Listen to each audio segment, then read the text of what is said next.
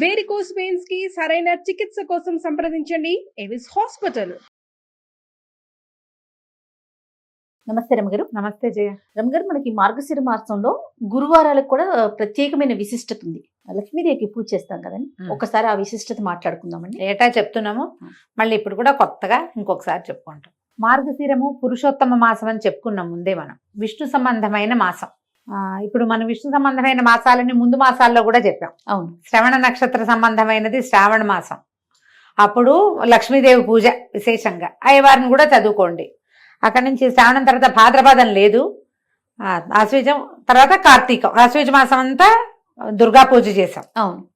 తర్వాత కార్తీకమేమో దామోదర ప్రీత్యర్థం చేసాం. ఈ మార్గశిరము సాక్షాత్తు విష్ణు స్వరూపం. అక్కడ కార్తీక దామోదర ప్రీత్యర్థం శివాభిషేకం దుర్గాభిషేకం చెప్పుకున్నాం.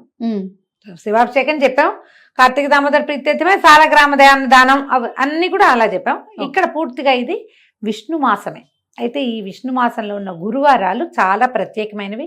మామూలుగా మనం శుక్రవారం లక్ష్మీ పూజ చేయటం మన ఆనవాయితీగా ఉంటుంది. భారతదేశం అంతా శుక్రవారాలు పాటిస్తున్నప్పటికీ కొన్ని ప్రాంతాల్లో ఈ గురువారాన్ని లక్ష్మీవారం అంటాం మనకు కనిపిస్తుంది. పల్లెటూళ్ళల్లో కనపడుతుంది. అది కాక పల్లెటూళ్ళలో మనవాళ్ళు కాదు, తుని ఆ ప్రాంతాలు, విశాఖపట్నము శ్రీకాకుళం ఆ వైపు కొంచెం ఒరిస్సా వైపుకి వెళ్లే కొందికి దాన్ని లక్ష్మీవారంగానే చెప్తారు.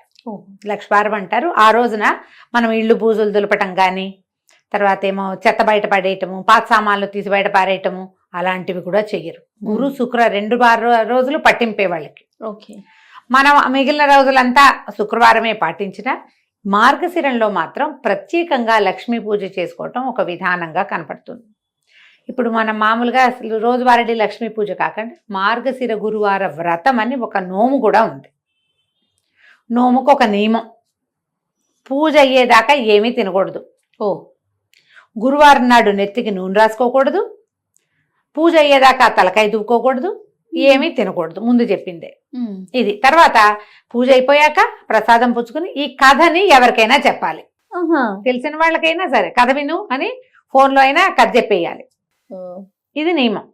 ఈ నియమం ప్రకారం మనకి ఇళ్లలో ఎవరికైతే మార్గశిర గురువార వ్రతాలు ఉన్నాయో, నోములు వ్రతాలు ఉన్న కుటుంబాలు కొన్ని ఉంటాయి, అలవాటుగా అనుచరణంగా వచ్చినవి.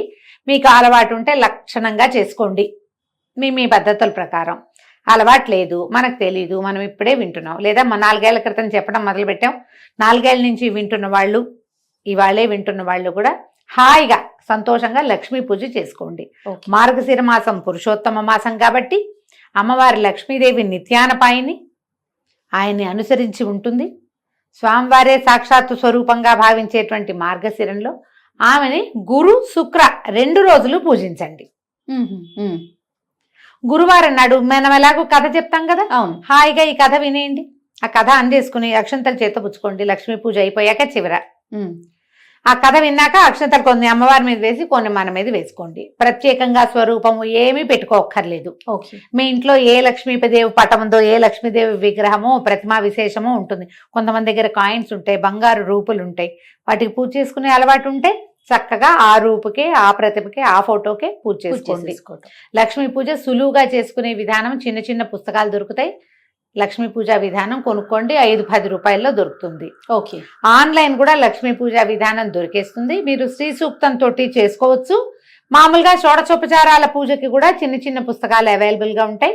అవి చూసుకుని చక్కగా చేసేసుకోండి. పూజ చేసుకోవటం 5 వారాలు 4 వారాలు వస్తాయి. ఈ సంవత్సరం 4 గురువారాలు ఉన్నాయి. ఎందుకంటే మన ఫస్ట్ 2వ తారీఖు నుంచి మొదలు కదా పాడ్యం. ఎప్పుడు మాఘ కాదు, మార్గశిర మాసం 1వ తారీఖు నుంచి మొదలు పెట్టింది. డిసెంబర్ 2 నుంచి మనకి మార్గశిర మాసం మొదలైంది. పోలిపాడ్యం చేసుకున్నాం కదా.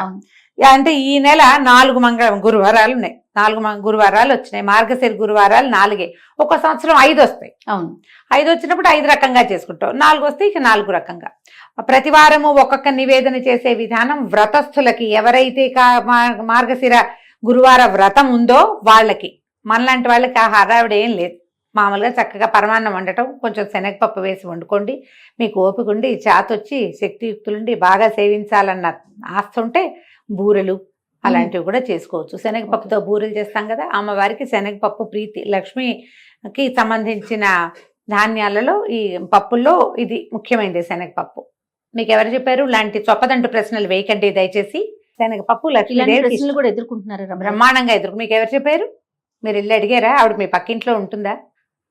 ఇలాంటివి అడుగుతారు. అంటే సనాతనంగా వస్తుంది, మన మన మనం ముందు తరం వాళ్ళు చేశారు, మనం చేస్తున్నాం, అట్లా చేసుకుంటూ పోతాం కదా. పోతాం అంతే. లక్ష్మీదేవి దానికి ఇష్టమని ఒకళ్ళు వచ్చి చెప్తారా? చెప్పాలా? అడుగుతారమ్మా. ఉమ్. నువ్వు ఎంత సీరియస్ మ్యాటర్ గురించి మాట్లాడినా దాని మీద ఒక చొప్పదంటూ ప్రశ్న అంటారు, దాన్ని వేస్తూ ఉంటారు. మీకు కావాలంటే మీ పక్కింట్లో లక్ష్మీదేవి ఎవరన్నా ఉంటే కనుక్కోండి. మా పక్కింట్లో ఉంది లక్ష్మీదేవి. మా ముందు ఇళ్లలో ఉంది, చెప్తుంది. ఆ, అది. మా ముందు ముందు ఇళ్లలో తరాల్లో ఉంది మనకి. అందుకని మనకు తెలిసింది. అంతే. శనగపప్పుతో ఏదో ఒక పదార్థం చేసుకోండి. పరమాన్నం చేసుకుని పెట్టుకోవచ్చు అమ్మకి, మీ ఓపిక. ఉమ్. నివేదన చేసుకోండి చక్కగా. గురువారం నాడు లక్ష్మీదేవిని పూజించి, శుక్రవారం నాడు ఎలాగో మనం ప్రతి శుక్రవారం పూజ చేసుకునే అలవాటు ఉన్న వాళ్ళు మానేయాలా అని డౌట్ వస్తుంది. మానొద్దు. ఓకే. ఈ నెలలో వారానికి 2 సార్లు లక్ష్మీదేవిని పూజిస్తాం.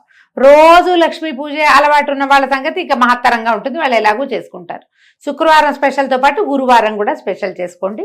దీనికి ఒక వ్రత కథ కూడా ఒకటి చెప్పబడుతుంది. చిన్న కథే, అది చెప్తాను. పూర్వం ఒక బ్రాహ్మణ కుటుంబం ఉండేది. పెద్ద భార్య, మొదటి భార్య చనిపోయింది. ఆ భార్యగా సుశీలని ఒక కూతురు ఉండేది. ఈ పాపాయి ఉండగానే తండ్రి ఇంకో ద్వితీయ వివాహం చేసుకున్నాడు. ఇలాంటి కథలు విన్నప్పుడు ఈ రెండో పెళ్లి ఎందుకు చేసుకోవాలి, అదే భర్త చనిపోతే వాళ్ళ అమ్మ పెళ్లి చేసుకుంటుందా, ఇలాంటి ప్రశ్నలు కూడా ఎప్పుడూ తలెత్తుతూనే ఉంటాయమ్మా. పురాతనపు పద్ధతుల్లో ఏంటంటే ఆడవాళ్ళు లేనిదే ఇళ్ళు నడిచేవి కాదు. మగవాళ్లే ఆడపని మగ పని చేసేసేయటము కుదిరేది కాదు. పైగా బ్రాహ్మణ గృహాలలో వీళ్ళకి అగ్ని అవన్నీ నియమాలు ఉండేవి. తప్పకుండా యజనం చేయాలి, రోజువారీ హోమము, దానికి స్త్రీ సహాయం చాలా అవసరం. ఆడవాళ్ళు హోమానికి ఉండటమే కాకుండా సహాయానికి రెండిటికి కావాలి. ఓకే.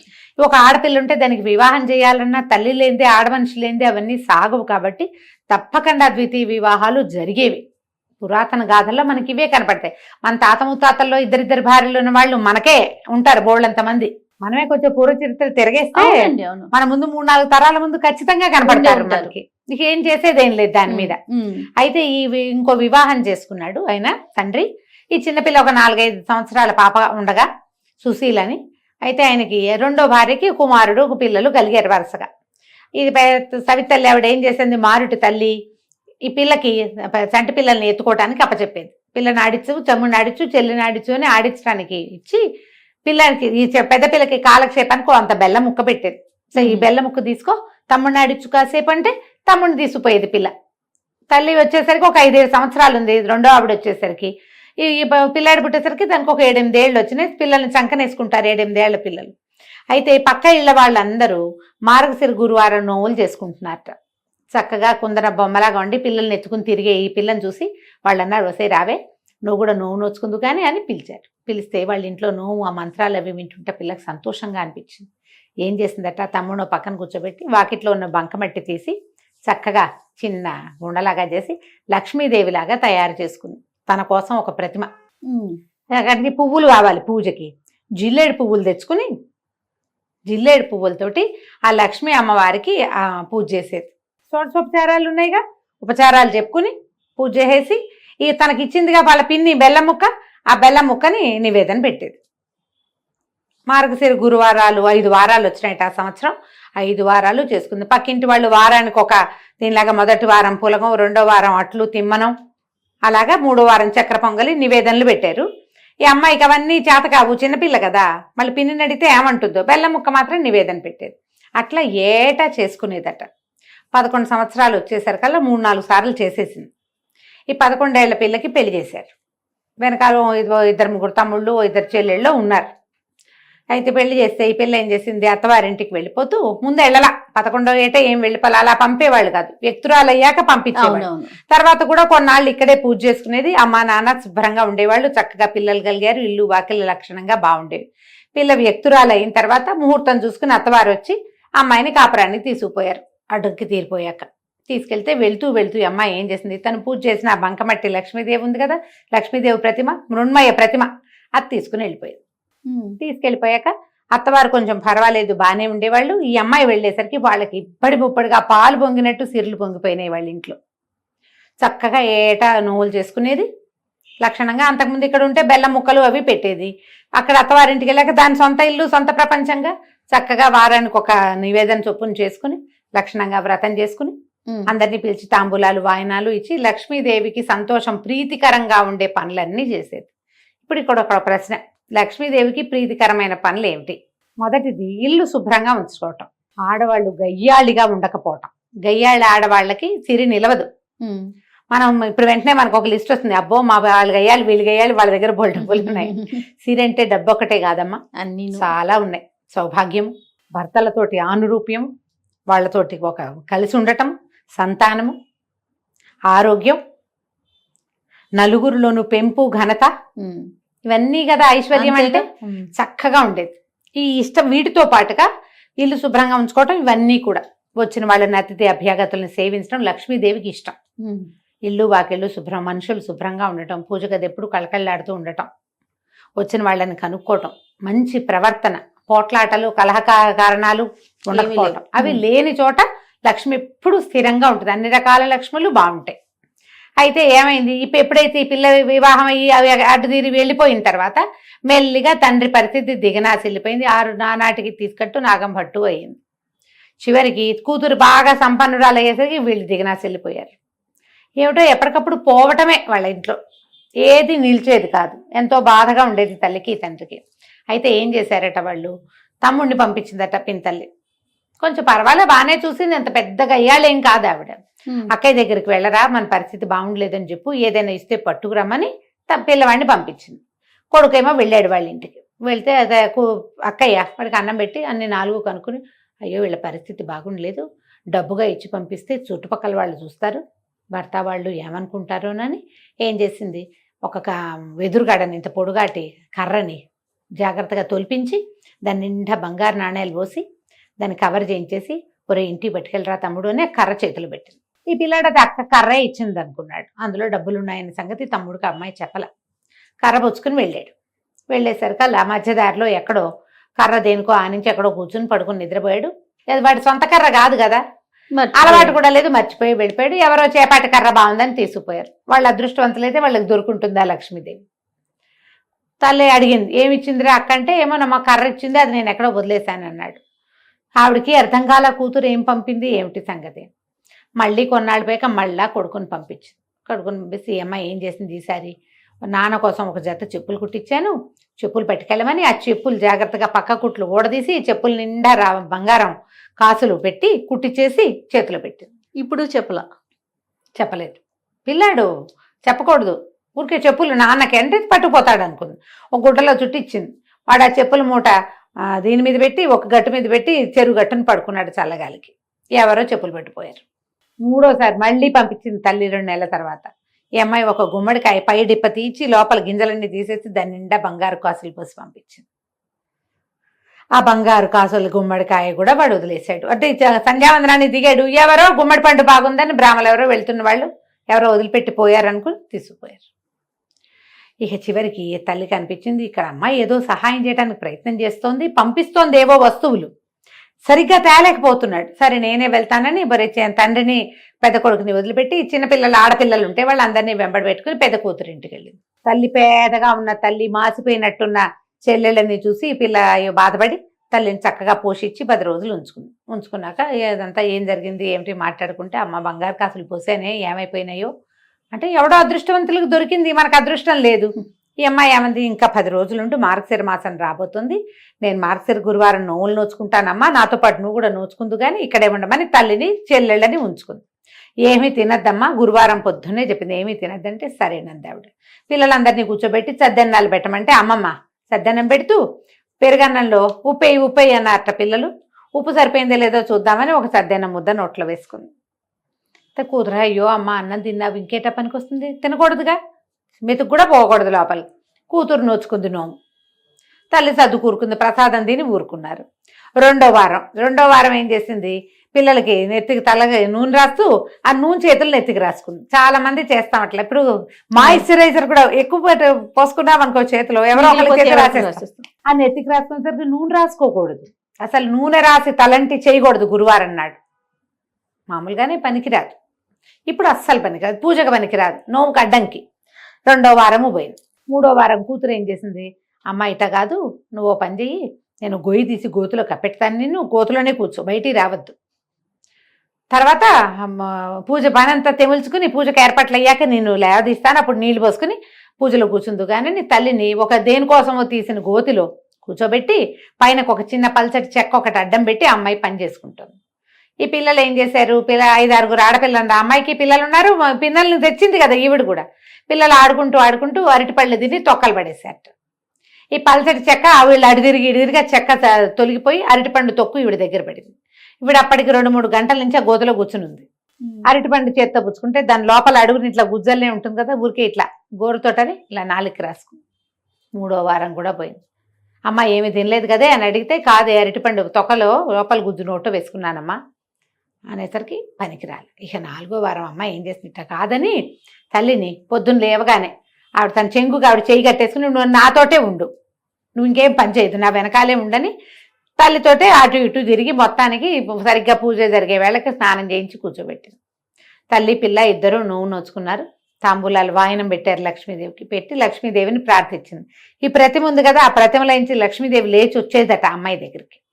లేచి వచ్చి కూతురు వాయనం తీసుకుని తల్లి వాయనాన్ని వదిలిపెట్టేసింది. లక్ష్మీదేవిని అడిగింది ఈ అమ్మాయి సుశీల, అమ్మ ఎందుకు మా అమ్మ వాయనం తీసుకోలేదు, మా అమ్మ వాయనం కూడా తీసుకో అని అడిగేసరికి, నేను తీసుకోను, నేను చిన్నప్పుడు నువ్వు చిన్నపిల్లగా ఉన్నప్పుడు మీ అమ్మ నిన్ను చీపురు పెట్టి కొట్టింది, నాకు గుర్తులేదమ్మా, నీ గుర్తులేకపోయినా నాకు గుర్తుంది, నువ్వు నోవు నోచుకుంటున్న రోజున చీపురు పెట్టి కొట్టింది, అందుకని మీ అమ్మ వాయనం నేను వల్లను, నేను వెళ్ళిపోతున్నాను అనేసరికి ఇలా సుశీల లబలబలాడి బతిమలాడుకుని, పుట్టింట్లో ఉండగానే కదా నిన్ను నేను నేర్చుకున్నాను, నిన్ను పూజించడం నేర్చుకున్నాను, మా అమ్మ మా పుట్టిల్లు ఇట్లా గది కడుక్కుపోతే ఎట్లా నాకు సాగుతుంది, నా తమ్ముళ్ళు అందరూ బాగుండాలి కదా అని బతిమలాడి అమ్మతో క్షమాపణలు చెప్పించి ఇంకెప్పుడు చేయదు, ఎప్పుడూ చేయలేదు. ఆ రోజు ఏదో చంటి పిల్లలతోటి బాధపడుతూ మా అమ్మ అట్లా ఉద్రేకంలో చేసింది, తర్వాత నన్ను బాగా చూసుకుంది, నాకు పెళ్లి చేసింది, పురుళ్ళు పోసింది అని బతిమలాడి లక్ష్మీదేవిని ఒప్పించింది. అప్పుడు ఆవిడ ఆ వాయనం తీసుకుందట. ఆ తర్వాత తండ్రికి అన్ని రకాలుగాను కలిసి వచ్చింది. తండ్రి పిల్ల తర్వాత చెల్లెళ్ళు పెళ్ళిళ్ళు అయినాయి, తమ్ముడికి పెళ్ళి సంతానం కలిగింది, పుట్టిల్లు కూడా చక్కగా ఉంది. దీంట్లో ఈ కథలో నీతి ఏమిటి, మనతో పాటు మన పుట్టిల్లు కూడా బాగుండాలని కోరుకోవాలి. లక్ష్మీదేవికి అత్యంత ఇష్టమైన విషయాలలో తను ఎక్కడి నుంచి బయటకు వచ్చానో అది కూడా బాగుండాలన్న కోరిక ఉండటం ఆమెకి ఇష్టం. పుట్టింట్లో అదంతా లాగేసుకుని అత్తారింట్లో దాచిపెట్టుకునే రకాలు ఎన్నున్నాయి, ఇప్పుడు చాలా ఉంటాయి. ఈ రకాలు మార్చుకోండి. పుట్టిల్లు వృద్ధి కావాలని కోరిక ప్రార్థించేటప్పుడు దేవుడికి దండ పెడతాం, మా ఆయన, నా పిల్లలు, మా అత్తగారు, మా ఇల్లు, మా ఇంటి పేరు, అదొకటే కాకుండా పుట్టింటిని కూడా ఆడవాళ్ళు కోరుకోవాలని ఈ కథ చెప్తుంది. ఈ కథ విని అక్షంతలు వేసుకోవడం, అమ్మవారి మీద అక్షంతలు వేసి మన మీద కూడా అక్షంతలు వేసుకోండి. పూజ అయిపోయినట్టే. మీరు నివేదన చేసిన పదార్థాన్ని చక్కగా ప్రసాదంగా స్వీకరించండి, చుట్టుపక్కల వాళ్ళకి పెట్టండి. లక్ష్మీకరము అని అనుకునేటువంటి పసుపు కుంకుమ, తర్వాత ఏమో మనము పళ్ళు పువ్వులు అలాంటివి వాయనం ఇవ్వండి. ఓకే. ఒకవేళ మీరు నోముగా చేసుకుంటే మీ ఇంట్లో ఏ రకమైన విధానం ఉందో ఆ విధానాన్ని చక్కగా పాటించుకోవచ్చు. కొత్తవి మొదలు పెట్టుకోవద్దు, నోముగా చేసుకోకండి, పూజగా చేసుకోండి. ఓకే. ఈ నోములు ఏంటంటే అత్తవారిళ్లలో ఉంటే చేసుకోవాలమ్మా, అత్తారింట్లో లేనివి కొత్త మొదలు పెడితే మీకు భయం వేస్తుంది. లేదా మీరు ఇంకొకటి చెప్తా, ఇందులో మీకు చాలా ఉంది మనసు, ఇలా నన్ను యూట్యూబ్ అక్కయ్యల్ని ఫాలో అవ్వకుండా ఎవరైనా మీ కజిన్స్ బాగా క్లోజ్ ఫ్రెండ్స్ ఇది చేసుకుంటారనుకోండి, వారితోటి ఒకసారి వారితో దగ్గరుండి చేయించుకుని వారిని ఫాలో అవుతూ చేసుకోండి. ఒకవేళ మీకు ఆస్తుండి మనసు ఉంటే గనక కావాలంటే ఇలా చేసుకోవచ్చు. కానీ ఇలా పై వాళ్ళు ఎవరో చెప్తే కాదు, కంటితో చూసి నేర్చుకుని చేసుకోండి. నమస్తే.